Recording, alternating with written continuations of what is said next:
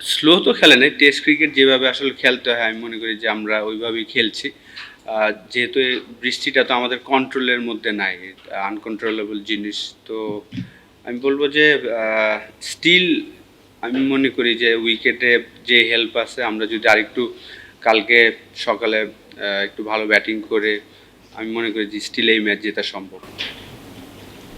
মানে বৃষ্টির পরে আপনাদের পরিকল্পনাটা কোন জায়গায় দাঁড়িয়েছে? মানে এখন হচ্ছে 79 ডে 5 আমি মনে করি যে আসলে এখন আমরা বসি নেই কত রান করে আমরা ছাড়বো, কিন্তু অবশ্যই আমরা জিতার জন্য খেলছি এবং আমি মনে করি যে আমাদের যে বোলিং অ্যাটাক, বিশেষ করে আমাদের স্পিন অ্যাটাক এবং ফাস্ট বোলিং অ্যাটাক নিয়ে আমি মনে করি যে আমরা যদি এনিথিং 70-75 ওভার বল করতে পারি, কালকে যেহেতু যদি কোনো বৃষ্টি না হয় 98 ওভার খেলার অপরচুনিটি থাকবে।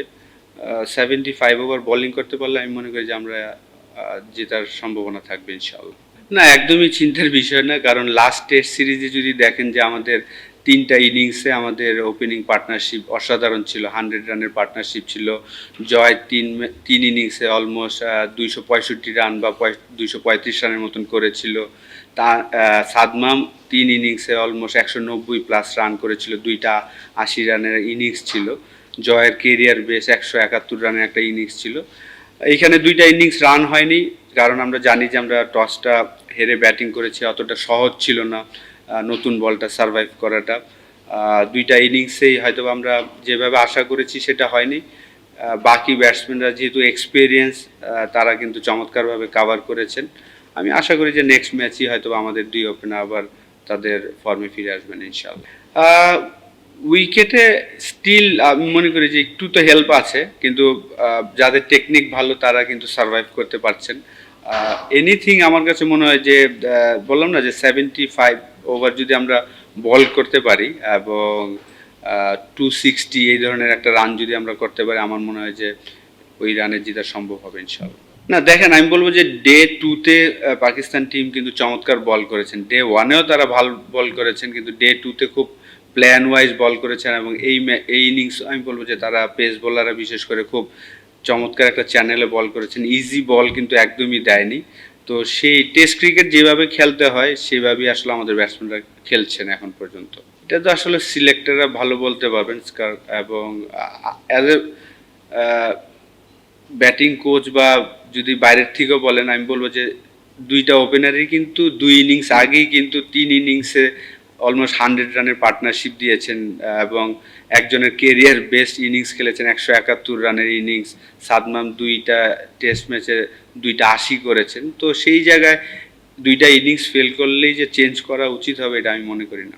এই মুহূর্তে আমি ঠিক বলতে পারবো না, সিলেক্টররা ভালো বলতে পারবেন, ক্যাপ্টেন কোচ বলতে পারেন, কিন্তু আমার চোখে আমি বলবো যে যারা রিসেন্টলি 2 ইনিংস আগে পারফর্ম করেছে অবশ্যই তাদের অপরচুনিটি বেশি হওয়া উচিত। না, টেস্ট ক্রিকেটে স্টিল 98 ওভার বাকি আছে। কালকে যদি ওয়েদার ভালো থাকে, তো আমরা আসলে যেভাবে টেস্ট ক্রিকেট খেলা উচিত আমি মনে করি স্টিল এই উইকেটে আপনাকে ভালো ব্যাটিং করতে হবে। আপনি যদি রিসেন্টলি 4-5 বছর টেস্ট ক্রিকেট দেখেন ওয়ার্ল্ডে, ফার্স্ট ইনিংসের 400-500 করার পরেও কিন্তু থার্ড ইনিংস যদি ভালো ব্যাটিং না করেন রেজাল্ট আর নেগেটিভ রেজাল্টটাই হয়। তো আমার কাছে মনে হয় যে আমাদের ব্যাটসম্যানরা ওইভাবেই খেলছেন। 2টা টপ অর্ডার ব্যাটসম্যান রান করেনি, কিন্তু পরে মমিনুল এবং শান্ত যেভাবে ব্যাটিং করেছেন, 100 রানের একটা পার্টনারশিপ করেছেন এবং সেম ব্যাটিং অর্ডারই গিয়েছেন। মুশফিকও কিন্তু বাজে বল পানিশ করেছেন। তো আমার মনে হয় যে প্ল্যান সিম্পল ছিল।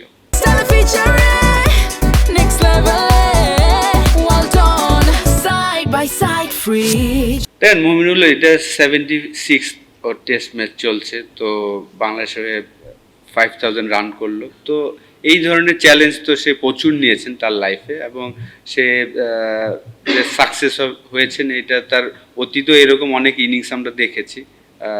এই ধরনের সিচুয়েশনে কিভাবে সে হ্যান্ডেল করতে সেটা সে জানে। এক্সপিরিয়েন্সের কারণেই এই জিনিসটা হয়। কুলই ছিলেন। আমার কাছে মনে হয়েছে যে ও স্লেজের এগেনস্টে কিছু করার চেষ্টা করেনি। স্লেজটা তো অবশ্যই দেখেন একটা পার্টনারশিপ হচ্ছিল, পাকিস্তান টিমও কিন্তু তারা চাচ্ছিলেন যেন কুইক উইকেট নেওয়ার জন্য, সেই কারণে সিলেক্টটা করা হয়। সাকসেসফুল তো অবশ্যই, আপনার ও শুরুতে নাম্বার 3-তে, যদিও তার ডেবু হয়েছিল নাম্বার 4, আমি নাম্বার 3-তে ছিলাম তার ডেবু ম্যাচে। তারপরে মাঝখানে অনেকটা সময় নাম্বার 3 খেলেছেন, পরে আবার 4-এ খেলেছেন, এখন আবার নাম্বার 3-তে খেলছেন। তো আমি বলবো যে আমাদের টেস্ট টিমটা আমি সবসময়, যদিও আমি জয়েন করেছি নভেম্বরে, এবং আমি বলবো যে টেস্ট টিমটা খুব এক্সপিরিয়েন্স, বিশেষ করে ব্যাটসম্যানরা খুবই এক্সপিরিয়েন্স, এবং যেভাবে আসলে টেস্ট ক্রিকেট খেলতে হয় আলহামদুলিল্লাহ তারা ওই দায়িত্বটা নিয়ে খেলছেন। সিচুয়েশন ডিমান্ড যেটা হচ্ছে সেইভাবে খেলার চেষ্টা করছেন, ভালো হচ্ছে আলহামদুলিল্লাহ। অবশ্যই দেখেন লাস্ট 5টা ইনিংস যদি দেখেন, 2টা 80, একটা 90, একটা 60, আজকে 56। তো আলহামদুলিল্লাহ যে এভরি ইনিংসেই সে কন্ট্রিবিউট করছেন। এখন সেকেন্ড পার্সন মুশফিকের পরে যে 100তম টেস্ট খেলার খুব কাছে একজন আছেন, যদিও 24টা ম্যাচ বাকি আছে।